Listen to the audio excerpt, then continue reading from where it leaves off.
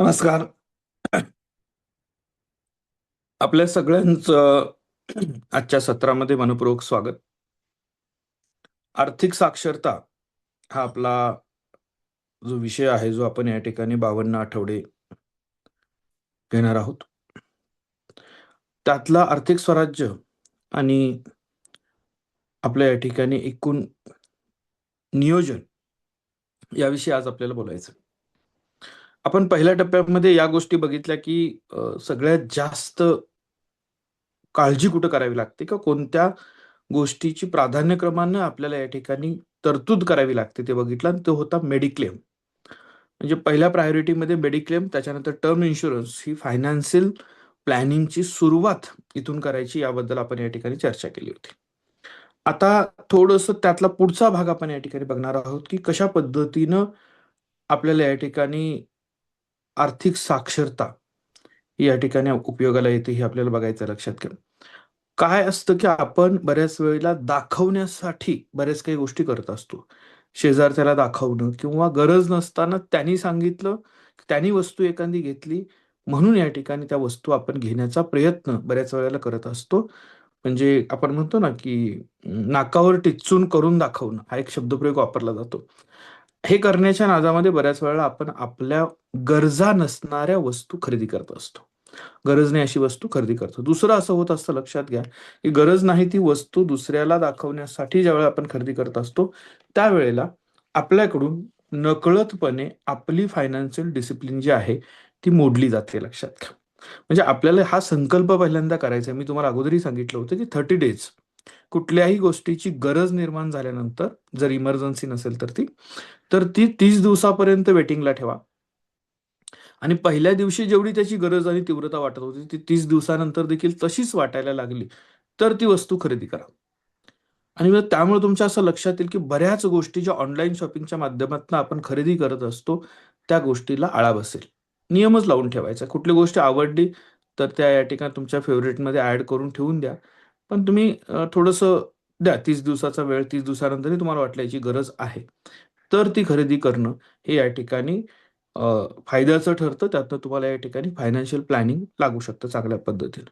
अडचण अशी होते आपल्या मित्रांनो, लक्षात घ्या, की आपल्यामध्ये बरेच विद्यार्थी, बरेच पालक, हे लक्षात घ्या, हे कंझ्युमेबल लोन जे आहे त्याच्यामध्ये अडकलेले आहेत, लोन ट्रॅपमध्ये, EMI मध्ये अडकलेले आहेत, लक्षात घ्या. आणि सिव्हिल खराब झालेलं आहे. आणि याचं पर्सेंटेज तुम्ही गुगल करायचं, तुमच्या लक्षात येईल किती आहे ते. मोर दॅन 55% पर्सन जे आहेत, 18 ते 45, 48, 50 वर्ष वयोगटातले जर बघितले तुम्हाला, तर ते कोणत्या ना कोणत्या EMIच्या ट्रॅपमध्ये आहे. मी ट्रॅप का म्हणतो त्याचं कारण समजून घ्या पहिल्यांदा, लक्षात घ्या, की कंपाऊंड इंटरेस्टने स्वतःला बेनिफिट मिळवण्याची पद्धत म्हणजे SIP, हा लक्षात. आणि दुसऱ्याला मोठं करण्याची पद्धत म्हणजे EMI. आपण कमवलेले पैसे व्याज जर जास्त देऊन इतरांना परत करतोय किंवा इतरांचे पैसे आपण वापरतोय. आणि हा ट्रॅप समजायला थोडासा अवघड असतो, लक्षात घ्या. कारण काय, सहज लोन उपलब्ध झाले. म्हणजे कधीतरी तुम्ही असा विचार केला की अशी कोणती व्यक्ती आहे ज्याचे पैसे वाया चाललेले आहेत, की तो म्हणतोय की फक्त ऍपवर तुम्ही लॉग इन करा आणि तुम्हाला मी लगेच 25,000 देतो, 50,000 देतो. आणि शेजारचा आपला मित्र, मैत्रीण, नातेवाईक जे आहेत ते आपल्याला 5-10,000 देखील द्यायला तयार असत नाहीत. हे का करतायत? कारण त्या अननोन व्यक्तीला याच्यावर विश्वास आहे की काही जरी झालं तर तुम्ही घाबरताय कशाला? Fear factor. तुम्ही बदनामीला घाबरणार आहात. त्यामुळे तुमची बदनामी करण्याची भीती तुमच्या मनामध्ये बसून ती जी काही लोन असतं ते इंटरेस्ट रेट प्रमाणे, हेवी इंटरेस्ट रेट प्रमाणे दिलं जातं. आणि ह्या ॲपच्या ट्रॅपमध्ये, इझी मनीच्या ॲपच्या ट्रॅपमध्ये बरेच या ठिकाणी तरुण अडकत चाललेले आहेत, गरजेनुसार, लक्षात घ्या. आता काही लोक प्लॅनिंग करता सांगतात, क्रेडिट कार्ड घ्यायचे, क्रेडिट कार्डचे पैसे 90 दिवस बिनव्याजी वापरायला मिळतात, 60 दिवस बिनव्याजी वापरायला मिळतात. मग हे क्रेडिट कार्डचं फेडायला ते क्रेडिट कार्ड, त्याचं ते करायला. आणि अशा मग कोणीतरी बघितलेल्या रील आपण बघतो की या पद्धतीनं क्रेडिट कार्ड जर वापरलं तर आपले या ठिकाणी आपल्याला जास्त पैसे राहू शकतात, आपण बँकिंगचा स्मार्ट उपयोग करू शकतो. पण तुम्हाला हे माहित असेल की वॉरन बफेटनं आयुष्यामध्ये क्रेडिट कार्ड वापरलेलंच नाही, हे लक्षात द्या. तो त्याचा विरोध करतो क्रेडिट कार्ड या ठिकाणी वापरण्यामध्ये. आणि आपण म्हणतो की डिस्काउंट चांगले चांगले मिळतात म्हणून या ठिकाणी क्रेडिट. का तुम्ही विचार केला का की क्रेडिट कार्डवर का डिस्काउंट दिला जातो, डेबिट कार्डवर का दिला जात नाही? डेबिट कार्डवर तुम्ही लगेच पैसे पे करता, तिथं तुम्हाला त्यांना इंटरेस्ट मिळत नाही. पण क्रेडिट कार्डवर मात्र या ठिकाणी तुम्ही वेळेत भरला नाही तर त्याचे इंटरेस्ट, त्याचे दंड हे जास्त उत्पन्न मिळण्याचं साधन असल्यामुळं त्याला या ठिकाणी प्राधान्य दिलं जातं. त्याच्यात आपण अडकतो का त्याचा विचार करा. गरज नसेल तर त्या गोष्टी टाळता येतील का?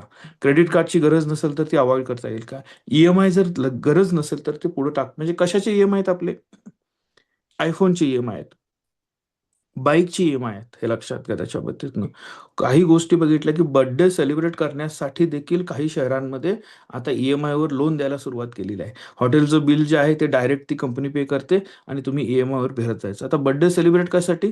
कारण ते मित्रांच्या सोबत असताना मी त्याच्या पार्टीमध्ये 2-4 वेळा गेलो तर मलाही पार्टी द्यायला लागेल. माझ्याकडे आत्ता पैसे नाही आहेत. मग मी या ठिकाणी त्या कंपनीकडनं लोन घेतो. लग्नासाठी लोन द्यायची, रिसेप्शनसाठी लोन द्यायची. आलं लक्षात? पुढच्या कालावधीमध्ये व्हॅलेंटाईन वीक सेलिब्रेशनसाठी देखील लोन द्यायची योजना येऊ शकते, हे लक्षात घ्या. कारण याचं एकच आहे की आपल्याला दाखवण्याच्या किंवा इतरांना इम्प्रेस करण्यासाठी म्हणून केलेल्या गोष्टी ह्या आर्थिक साक्षरतेचा अभाव असतो मित्रांनो, लक्षात घ्या. त्यामुळं आपण असणं आणि दाखवणं याच्यातला फरक असतो. म्हणजे बऱ्याच वेळेला इलॉन मस्क किंवा इतर लोकांची या ठिकाणी उदाहरण दिली जातात किंवा आपल्या फेसबुकचं मार्क झुकरबर्गचं उदाहरण दिलं जातं की तो एकच कलरचा टी शर्ट वापरतो, एकच कलरचे कपडे वापरतो, बाकीची त्या ठिकाणी फार ब्रँडेड गोष्टी त्याकडे दिसत नाहीत, हे एका बाजूला बोललं जातं. आणि दुसऱ्या बाजूला या ठिकाणी की जो ब्रँड येईल, ब्रँडेड सगळ्या वस्तू माझ्याकडे पाहिजेत, मी श्रीमंत दिसलं पाहिजे, हा प्रयत्न पाहिजे. असणं आणि दिसणं याच्यामध्ये फरक असतो, लक्षात घ्या. की ज्याच्यावर डोक्यावर कर्ज आहे आणि तो ब्रँडेड वस्तू या ठिकाणी वापरत राहतो, तर या ठिकाणी तो दिखावा आहे आणि तो पोकळपणा कधीतरी फेल जाणारा असतो. आणि तो ज्या वेळेला फेल जाईल त्यावेळेला आपण कमवलेली जी खोटी इज्जत असते ती सगळीच धुळीस मिळते, लक्षात घ्या. भ्रम जो आहे तो तयार करण्याचा जो प्रयत्न करतो तो आपल्याला अडचणीत आणतो. रात्रीची स्वस्त झोप जी आहे ती झोप देखील आपल्याला लागत नाही, कारण मला आज याचा ईएमआय द्यायचा, याचे पैसे द्यायचे, ती व्यक्ती कुठेतरी बोलेल का, सर्वांच्या समोर माझा अपमान होईल का, अशा पद्धतीच्या बऱ्याच या ठिकाणी गोष्टींना सामोरे जावं लागतं. सगळ्यात मोठा इम्पॅक्ट त्याचा काय होतो तर तुमची इफिशियन्सी डाऊन होते. तुम्ही जे सातत्यानं काम केलं पाहिजे, तुमचे काम करून तुम्ही क्रिएटिव्हिटीच्या माध्यमातून जे पैसे मिळवू शकता, स्वतःला घडवू शकता, पुढे जाऊ शकता, त्याच्याऐवजी ईएमआयच्या ट्रॅपमध्ये अडकल्यानंतर आपला फक्त फोकस एकच राहतो की मला, म्हणजे आता बऱ्याच लोकांना विचार, तू जॉब सोडू शकतोस का, स्विच करशील का, काहीतरी क्रिएटिव्ह करता येईल का? नाही, त्याचे ईएमआय चालू आहेत, माझ्या घराचा ईएमआय चालू आहे, याची ईएमआय चालू आहेत, पर्सनल लोन चालू आहे, त्यामुळे आता मला ही नोकरी सोडता येणार नाही, मला आता स्विच करता येणार नाही. प्रेशर सगळ्यात जास्त त्याचं असतं ईएमआयचे. म्हणजे बऱ्याच ठिकाणी असं केलं जातं की कंपनीज तुम्हाला प्रोफाईलवर लोन उपलब्ध करून देते. लोन दिलं की तुम्ही त्या ट्रॅपमध्ये अडकता. आता ट्रॅप मी यासाठी म्हणतो, लक्षात घ्या, की हे स्वतःहून आपण ओढवून घेतलेलं असतं.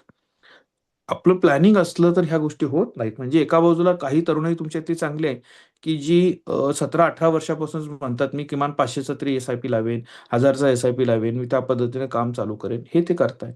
आणि आपल्याकडे बरेच या ठिकाणी लोक, लक्षात घ्या, की 16-17 वर्षापासून या ठिकाणी 1-1 लाख, 2-2 लाखाच्या बाईक असतील किंवा या ठिकाणी iPhone असतील, यासारखे इतर फोन असतील, हे या ठिकाणी ईएमआयवर घेत आहेत. आणि मग ईएमआय आल्यानंतर त्यांची जी धावपळ चालू असते, याच्याकडनं 5,000 घे, त्याच्याकडनं 10,000 घे, पुन्हा ते 10,000 देण्यासाठी अजून एकाकडनं पैसे घे.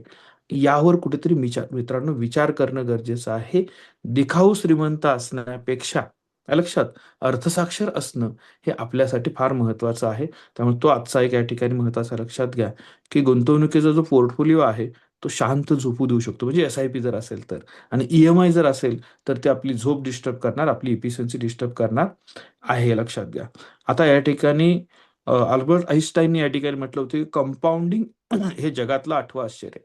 हे ज्याला समजलं तो कमवतो आणि ज्याला समजलं नाही तो भरतो. म्हणजे काय?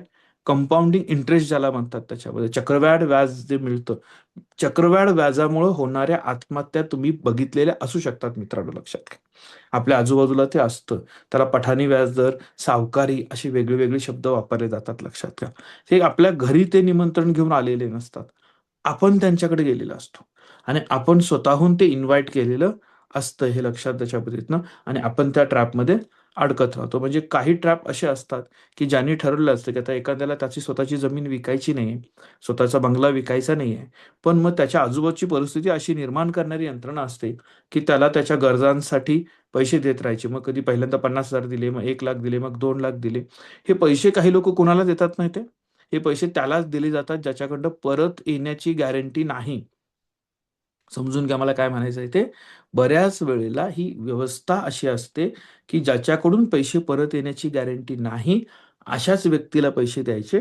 म्हणजे त्याचं घर असेल, जमीन असेल, बंगला असेल, जे काय असेल ते आपल्याला आपल्या नावावर करून घेता येतं. ही अत्यंत शूड पद्धती समाजामध्ये अस्तित्वात आहे. याचं भान ठेवा मित्रांनो, लक्षात घ्या. आणि मग हातचं सगळं आपण गमावतो. व्यसनाच्यासाठी जातं, कशासाठी जातं? आपण त्या व्यक्तींच्यासाठी, या प्रवृत्तीच्यासाठी बोटं मोडण्यामध्ये काही अर्थ नसतो. त्याला दोष देण्यामध्ये काही अर्थ नसतो. ते त्यांची बिझनेस स्ट्रॅटेजी आहे, असं आपण समजूया. पण आपण त्या मार्केटिंगमध्ये, आपण त्या ट्रॅपमध्ये अडकायचं कशासाठी? जर हे आपल्याला माहीत असेल तर. त्यामुळं तुम्ही या ठिकाणी थोडंसं समजून घेणं गरजेचं आहे. जेवढ्या लहान वयामध्ये तुम्हाला सुरू करता येईल, तेवढ्या लहान वयामध्ये जर मंथली काही इन्कम गुंतवणूक चालू केली तुम्ही, म्हणजे एस-आय-पीच्या माध्यमातून असेल, बचत गटाच्या माध्यमातून असेल आणि काय असेल त्याच्यामध्ये, तर त्यातून तुम्हाला मिळणारे जे काही या ठिकाणी सोयी आहेत, ह्या जास्त आहेत, लक्षात घ्या. होम लोन सारखा ट्रॅप तुम्ही समजून घ्या. 30-30 वर्षाचे याचे प्लॅन बनवलेले असतात, लक्षात घ्या. कशासाठी बनवलेले असतात? एवढी लॉंग ड्युरेशन का दिलेलं असतं? आणि मग त्याच्या हप्त्यांमध्ये आपण मूळ किंमत किती आणि व्याज किती भरतो, हे लक्षात घ्या. याचाही आपण विचार करणं गरजेचं आहे, लक्षात घ्या. ज्या वेळेला रिच डॅड पुअर डॅड सारखं पुस्तक तुम्ही यासाठी वाचा, यातले प्रिन्सिपल समजून घेण्यासाठी वाचा, की आपण या ठिकाणी घेतलेली प्रॉपर्टी ही असेट आहे का लायबिलिटी आहे. जर त्याच्यावर आपल्याला हेवी EMI भरायला लागत असेल, प्रॉपर्टी टॅक्स भरायला लागतात, बाकीच्या सगळ्या गोष्टी आहेत आणि ही रक्कम जर जास्त जाते, तर रिव्हर्स मेकॅनिझममध्ये मी त्याच रकमेचा SIP लावून माझी रक्कम वाढवू शकतो का? म्हणजे काही कॅल्क्युलेशन्स असे असतात, लक्षात घ्या, की EMI जर काही ठिकाणी 60-65 हजारचा असेल, त्याच जर करता रिव्हर्स या ठिकाणी तेवढी SIP लावली आणि त्यातून आलेल्या उत्पन्नातून चांगल्या पद्धतीचा रेंटेड हाऊस घेऊन मी राहू शकतो का काही वर्ष सुरुवातीची, आणि त्याच्यानंतर पुन्हा शिफ्ट होता येईल का, हा प्रश्न. म्हणजे काही लोकांना लाज वाटते, की जर आपण भाड्याच्या घरामध्ये राहतो हे कसं सांगायचं, आणि काही लोकांना खुन्नस असते, की ते प्रत्येक वेळा आले की अरे तुम्ही भाड्याच्या घरात राहता का, असं विचारा. ते विचारलं की वाईट वाटतं काही लोकांना, लक्षात घ्या. तर हे वाईट वाटणं बऱ्याच वेळेला आपल्या EMI ट्रॅपमध्ये आपल्याला अडकवण्यासाठी असतं, लक्षात घ्या त्याच्या बाबतीत. तर हे दाखवण्यासाठी आपल्याला करायचं नाही, आपल्याला आपली कुवत वाढवायची, आपल्या क्षमता वाढवायच्या आहे. यासाठी तुम्हाला हे जे पुस्तक मी तुम्हाला सांगितलं, रिच डॅड पुअर डॅड, याच्यातल्या काही कन्सेप्ट, असेट आणि लायबिलिटी काय आहे, ही तुम्हाला समजून घ्यायला पाहिजे. आणि सातत्य हे प्रत्येक प्रश्नाचं मूळ आहे, लक्षात घ्या, उत्तर आहे. सातत्य म्हणजे काय, की गुंतवणूक सातत्यानं असू दे, मेहनत सातत्यानं असू दे, त्याचे रिझल्ट तुम्हाला चांगलेच मिळणार आहेत, लक्षात घ्या. 50-30-20 चा फॉर्म्युला मी तुम्हाला जर सांगितला, की आलेल्या पगारातले सगळे खर्च वजा करून काहीतरी मी वाचवतो, असं होत नसतं. आलेल्या उत्पन्नातले 50% ह्या न टाळता येणाऱ्या गरजांसाठी खर्च करूया. 30% रक्कम ही तुमची हॉबी, इंटरेस्ट जे आहेत त्याच्यासाठी खर्च करूया. आणि 20% कंपल्सरी जर आपण या ठिकाणी गुंतवण्याचं आत्तापासून ठरवलं तर चालतं. याच्यात एक चूक आपण करायची नाही, जी बऱ्याच ठिकाणी मी बघतो, लक्षात घ्या. कोणती? की इकडं लोन चालू असतं. लोनवर तुम्ही 3-4% जास्त दराने व्याज भरत असता आणि इकडं गुंतवणूक करत असता, ज्याच्यावर कमी टक्क्याने व्याज मिळत असतं. ही सायकॉलॉजी काय आहे? म्हणजे बरेच लोक म्हणतात लोन असलं म्हणजे आमच्याकडून थोडंसं काम होतं, आमच्याकडनं लोन फेडलं जातं, म्हणून लोन काढायचं आणि तिकडे जायचं. म्हणजे मला आर्थिक शिस्त नाही, म्हणून मी दुसऱ्याला पैसे पे करतोय. हे समजून घेणं गरजेचं आहे, लक्षात घ्या. म्हणजे इन्व्हेस्टमेंट आणि लोन हे एकाच वेळेला सायमल्टेनियसली चालू शकत नाही आहे, हे लक्षात. मी सांगत असं तुम्ही म्हणाल, सर मोठे-मोठे बिझनेसमन असतात, ते लोन घेतात, त्याच्यातनं चालवतात, करतात. त्या स्ट्रॅटेजी समजून घेणं गरजेचं आहे तुम्ही. ते कशा पद्धतीनं करत असतात, डिप्रिशिएशन व्हॅल्यूचा कसा फायदा ते घेत असतात, लक्षात घ्या.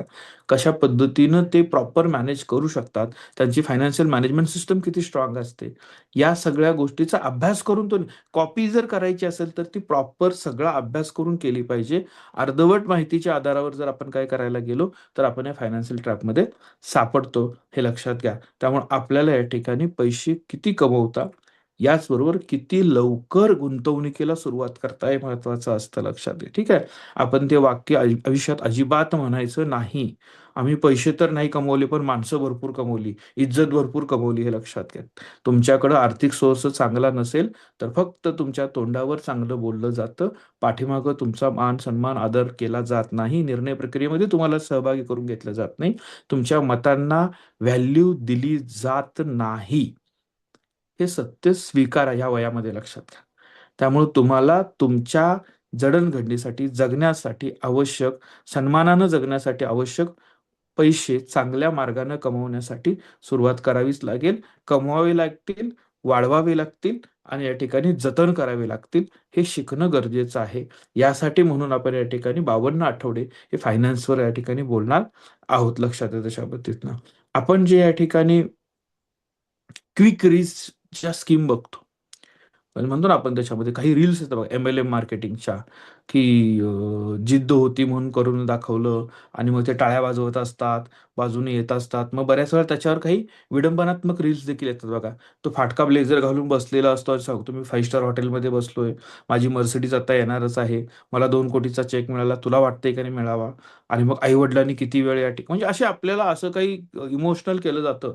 आई वडिलांनी किती वेळ कष्ट सहन करावं, त्यांना स्वप्न स्वप्न पूर्ण करावीशी वाटतात की नाही, आणि तो झगमगाट आपल्या बाजूला उभा केला जातो आणि मग आपण मनी सर्क्युलेशन स्कीम मध्ये अडकतो. लक्षात, माझा शब्द प्रॉपर मनी सर्क्युलेशन स्कीम. MLM नावाचा जो काय पार्ट आहे, लक्षात, मल्टी लेवल मार्केटिंग जो पार्ट आहे, तो बाहेरच्या देशामध्ये, पाश्चात्य देशांमध्ये अत्यंत चांगल्या पद्धतीने सक्सेस आहे. आणि त्यातल्या काहीच मोजक्या कंपन्यांचं मॉडेल जे आहे ते भारतामध्ये देखील सक्सेस आहे, की जे प्रॉडक्ट बेस काम करतात. लक्षात, प्रॉडक्ट बेस म्हणजे काय, की एखादी वस्तू 100 रुपयाला तयार होते, त्या वस्तूची विक्री किंमत 150 रुपये आहे आणि त्या 150 रुपये मध्ये जर करता तुम्ही एखादा रेफरर आला ज्यातनं वस्तू विकली जाणार आहे, तर त्या प्रत्येक वस्तूच्या विक्री पाठीमागं 10 रुपये 5 रुपये हे कमिशन तुम्हाला दिलं जातं. हे मल्टी लेवल मार्केटिंग असतं, लक्षात घ्या. मग सिनियर असतो त्याला 10, त्याच्या खाली 5, 3 हे दिलं असतं, पण त्यांचं ठरलेलं असतं की इतकीच रक्कम आहे, की जी प्रॉडक्ट व्हॅल्यूच्या 10%, 15%, 20% पेक्षा जास्त असं नाही. आपण ज्या मार्केटमध्ये इतर फ्रॉन्झी किंवा फ्रॉड स्कीम ज्या बघतो त्या कशा असतात, की ते म्हणतात ह्या 6,000 रुपयेचं या ठिकाणी तुम्ही कोड घ्या, पिन घ्या, लक्षात, मेंबरशिप घ्या. या 6,000 मध्ये प्रॉडक्ट काहीतरी देणं हे गरजेचं असतं, कारण ती कायद्यातली पळवाट आहे, लक्षात घ्या. म्हणून ते काय करतात, की तिथं तुम्हाला कधीतरी 150-200 रुपयाचा सूट दिला जातो, कुठे या ठिकाणी साबण दिले जातात, कुठे एखादी पेस्ट दिली जाते, त्याच्या किमती MRP जास्त लावलेल्या असतात, कधी पुस्तक दिल, काहीतरी कायद्यात, म्हणजे आम्ही वस्तूच विकतो आणि त्यावर कमिशन देतो हे भासवण्यासाठी या पद्धतीच्या वस्तू दिल्या जातात, ज्याची किंमतच मुळात कमी असते आणि मग बाकीचे जे पैसे आहेत हे पैसे कमिशनमध्ये वाटले जातात. अशा पद्धतीनं ह्या काही स्कीम चालू होतात. आणि चालू झालेल्या स्कीम कधी ब्रेक होतात, तर तिथं कुठंतरी, लक्षात घ्या, हे साठत खालून वर या ठिकाणी कमिशन देत देत जातात. शेवटच्या लाईनला कुणीतरी या ठिकाणी अडकणारच असतं, कारण तो प्रॉपर मनी सर्क्युलेशन प्लॅन असतो. प्रॉडक्ट बेस्ड मार्केटिंग आणि मनी सर्क्युलेशन प्लॅन हे समजणं गरजेचं आहे. त्या ट्रॅपमध्ये आपण अडकून चालणार नाही, लक्षात घ्या. कारण याच्यामध्ये बऱ्याच तरुणांनी आपले नातेवाईकांच्या बरोबरचे रिलेशन खराब केलेले आहेत. आपल्याला या ठिकाणी म्हणजे बघा, काही लोकांचे फोन तुम्हाला आले काही कंपन्यांची नावं घेऊन, की याच्याबद्दल तुला जरासं बोलायचं आहे. त्याला लगेच तुम्ही सांगता आज मी घरात नाही आहे, इकडे आहे, बाहेर आहे, तिकडे आहे, काहीतरी सांगता, पण भेटत नाही त्याच्या बाबतीतनं. काही लोक या ठिकाणी पाठीमागे लागून, म्हणजे तिथं काही कोड ऑफ कंडक्ट सांगतात त्याच्यामध्ये, की ते म्हणतात तू फक्त घेऊन ये, त्याला आम्ही त्या वातावरणामध्ये समजावून सांगतो.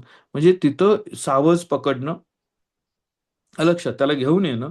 आणि त्याचे म्हणजे आपल्याला पारंपरिक जर पद्धती बघितल्या राजे महाराजांच्या बाबतीमध्ये, ते ज्यावेळेला शिकार करायचे त्यावेळेला पद्धत काय असायची, तर समजा एखादेच राजे शिकारीला गेले, तर राजे शिकाराला गेले तर त्यांच्याबरोबर फौजफाटा बाकीचा असायचा. समजा अस्वलाची शिकार करायची आहे किंवा वाघाची शिकार, अस्वलाचीच करू आपण, वाघाच्या शिकारीच्या लागायला नको लगेच, अस्वलाची शिकार करायची आहे. तर ते कसं पकडायचं, तर तो डायरेक्ट राजा जाऊन या ठिकाणी मारत नाही, तो फक्त या ठिकाणी बंदूक घेऊन उभं राहिलेला असतो आणि इतर लोक त्या शेतामधनं आवाज करत पळत असतात त्याच्या पाठीमागे अस्वलाच्या, ठीक आहे. हाक्या घालणे हा शब्द त्याला वापरला जातो. आणि त्या हाक्या घालत या ठिकाणी ती शिकार त्यांच्या बरोबर समोर आली, की मग महाराजांनी फक्त या ठिकाणी रायफलवरचा या ठिकाणी चाप ओढायचा जो असेल तो बंदुकीचा, आणि मग त्याची शिकार करायची. हे बऱ्याच वेळेला या मनी सर्क्युलेशन प्लॅनच्या बाबतीमध्ये होतं. हाक्या घालण्यामध्ये कोण असतात, तर हे आपलेच काही मित्रमैत्रिणी असतात, जे आपल्याला तिथे घेऊन जातात. त्या वातावरणामध्ये आपण जातो आणि मग त्यांच्या इम्प्रेसिव्ह प्रेझेंटेशनमध्ये या ठिकाणी आपण अडकतो आणि मग आपली शिकारच होते. माझा शब्द प्रॉपर लक्षात घ्या त्याच्यामध्ये. यापासून आपल्याला लांब राहायचं. तुम्ही सगळे सुशिक्षित विद्यार्थी आहात. ज्या वेळेला एखादी व्यक्ती म्हणते, की मला 1 कोटी रुपये मिळाले, कंपनीकडे स्वतःचं इन्कम जनरेशनचं काहीही नाही, अशी कंपनी ज्यावेळेला एका व्यक्तीला 1 कोटी रुपये देते, त्यावेळेला त्या कंपनीच्या माध्यमातून जमा झालेला रेव्हेन्यू हा कमीत कमी 5 कोटी रुपये तरी असायलाच पाहिजे. त्याशिवाय ती 1 कोटी रुपये देऊ शकत नाही. हे कॉमन गणित जरी तुमच्या लक्षात आलं तरी तुमच्या लक्षात की त्याच्यासाठी 1 कोटी रुपयाचं कलेक्शन करून देण्यापेक्षा मी माझ्या स्वतःच्या व्यवसायासाठी 10 लाख रुपये जरी कलेक्ट करू शकलो तरी देखील मी ओनर असेल, मी प्रॉडक्ट बेस काम करू शकतो, पुढे जाऊ शकतो. ही कन्सेप्ट तुम्हाला समजणं गरजेचं आहे, लक्षात घ्या. दुसरा एक क्विक रिच स्कीम मध्ये आपण काय करतो, शेअर मार्केट. शेअर मार्केटमध्ये काय होतं, कुणीतरी आपल्याला लेखी लिहून देणं एक प्रकार आलाय आता, लक्षात घ्या, की आम्ही तुम्हाला बॉन्डवर लिहून देतो की आम्ही 25% रिटर्न देतो. लक्षात, आम्ही 30% रिटर्न देतो, आम्ही 50% रिटर्न देतो. आणि मग 2-4 लोकांना मिळालेलं असतं म्हणून आपण म्हणतो अरे तो लिहून देतोय ना लेखी, तो या ठिकाणी आपल्याला लेखी देतो, त्यांनी 4 लोकांना दिलेला आहे. मग काही चेक दाखवतात, काही अकाउंटचे स्टेटमेंट दाखवतात, न मागताच दाखवतात. हे बघा माझ्याकडे चेक आहे, हे बघा माझ्याकडे अकाउंटचं स्टेटमेंट आहे. लक्षात, हे दाखवलं जातं. लक्षात घ्या. म्हणजे सगळ्यात मोठं उदाहरण काय याचं, अवधूत साठे आणि कंपनी. माहिती आहे का तुम्हाला कशासाठी होती ती कंपनी? शेअर मार्केट ट्रेडिंग मधलं अत्यंत मोठं नाव, लक्षात घ्या. आणि त्यांची केस स्टडी आज सगळ्यांनी ती स्टडी करायची, लक्षात घ्या. त्यांच्यावर सेबीनं कारवाई केली. का कारवाई केली? कारण त्यांची स्वतःची कंपनी ही सातत्यानं लॉस मेकिंग होती शेअर मार्केटमध्ये, तरी देखील त्यांनी लोकांच्याकडे ट्रेडिंग टीचिंग किंवा क्लासेसच्या नावाखाली गुंतवणुकीसाठी पैसे घेतले. ठीक आहे, कायदेशीर काही लूप हॉल्स त्याच्यामध्ये असू शकतात, हे लक्षात घ्या. पण हे जनरल ट्रेंड झालाय का, हा बघा त्याच्यामध्ये, की शेअर मार्केटमध्ये स्वतःचा झालेला लॉस कव्हर करण्यासाठी काही व्यक्ती क्लासेस चालू करतात शेअर मार्केट कसं करायचं यासाठी, आणि मग त्याच्या ट्रॅपमध्ये आपण अडकतो.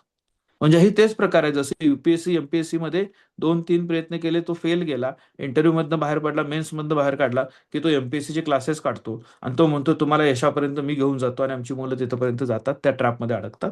हेच फायनान्सच्या बाबतीमध्ये देखील आहे मित्रांनो, लक्षात घ्या.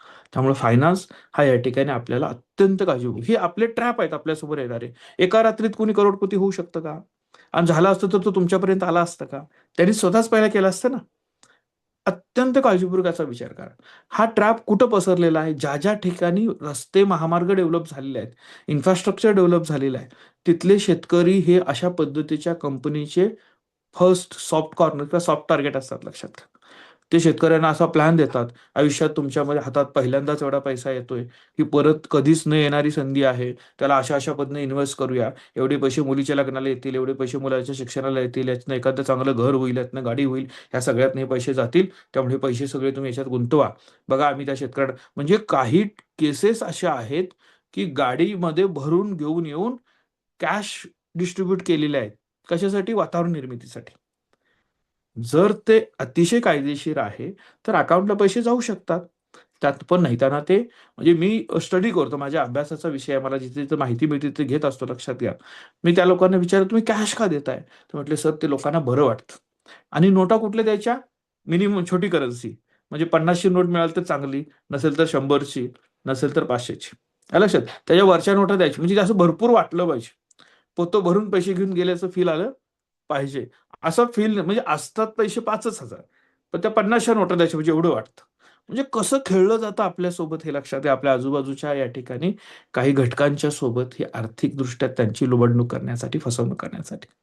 महाराष्ट्रामध्ये अशा कित्येक केसेस आहेत, आदिवासी भागांमध्ये कित्येक केसेस आहेत. म्हणजे मी या ठिकाणी ज्या वेळेला पालघर जिल्ह्यातला हायवे गेलेला आहे, पालघर जिल्ह्यामधले काही शेतकऱ्यांच्या केसेस आपण मी बघितल्या, की त्यांना गुंतवणुकीसाठी म्हणजे स्वतःची सही करून ह्या लोकांचे आलेले पैसे जिकडच्या तिकडे गेले आणि हातात काहीच राहिलं नाही. पुन्हा ती पिढी रस्त्यावर आली, पुन्हा शेतजमीनही गेलेली आहे, फायनान्शियल प्लॅनिंग पण नाही. हे तुमच्या घरात होतंय का याचा विचार करा मित्रांनो. तुमच्या आजूबाजूचं नंतर, आपल्या घरात असं होईल का? ते झालं नाही पाहिजे.